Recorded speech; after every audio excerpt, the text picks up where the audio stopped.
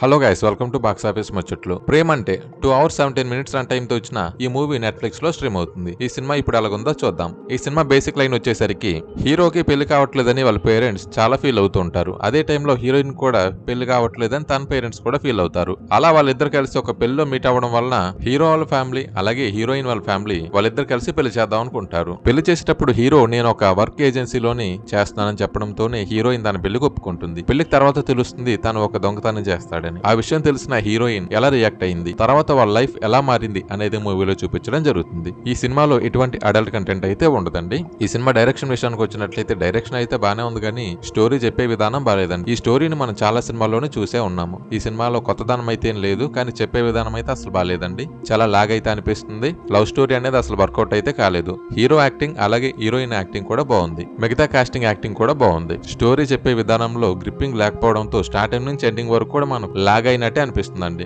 Interval టైంలో ఒక twist అయితే ఉంటుంది. ఆ ట్విస్ట్ అయితే బాగుంటుంది. ఈ సినిమాలో సుమా గారు యాక్టింగ్ చేయడం జరిగింది. సుమా గారు యాక్టింగ్ కూడా బాగుంది. అలాగే కామెడీ విషయానికి వచ్చినట్లయితే కామెడీ కూడా లైట్ గానే ఉంటుందండి, మరి ఓవర్ గా అయితే ఉండదు. ఓవరాల్ గా చూసినట్లయితే ప్రియదర్శికి ఇది ఒక ఫ్లాప్ మూవీ అని చెప్పొచ్చు. కామెడీ కూడా మంచిగానే ట్రై చేద్దాం అనుకున్నారు కానీ అంత అయితే వర్కౌట్ కాలేదండి. సాంగ్స్ కూడా యావరేజ్ గానే ఉన్నాయండి. సాంగ్స్ కూడా అంత బాలేదు. ఈ సినిమాలో హీరోని దొంగగా చూపించడం జరుగుతుంది, కానీ దొంగతనం కూడా చాలా ఈజీగా చేసేసినట్టు చూడడానికి అయితే అంత కనెక్ట్ అయితే అవ్వదు. ఈ సినిమాని ఫైనల్ గా ఎవరు చూడొచ్చండి? ఎవరైతే టైం పాస్ కి ఒక మూవీని చూద్దాం అనుకుంటున్నారో వాళ్ళు ఈ మూవీని ఖచ్చితంగా ట్రై చేయండి. ఇది ఒక జస్ట్ టైం పాస్ మూవీ ఏనండి. దీని గురించి ఎక్కువ హోప్స్ అయితే పెట్టుకోవద్దు. ఫైనల్ గా రేటింగ్ అండి. ఈ సినిమాకి నేను ఇచ్చే రేటింగ్ 2. ఈ వీడియో కనుక మీకు నచ్చినట్లయితే లైక్ చేయండి. మరిన్ని వీడియోస్ కోసం నా ఛానల్ ని సబ్స్క్రైబ్ చేసుకోండి.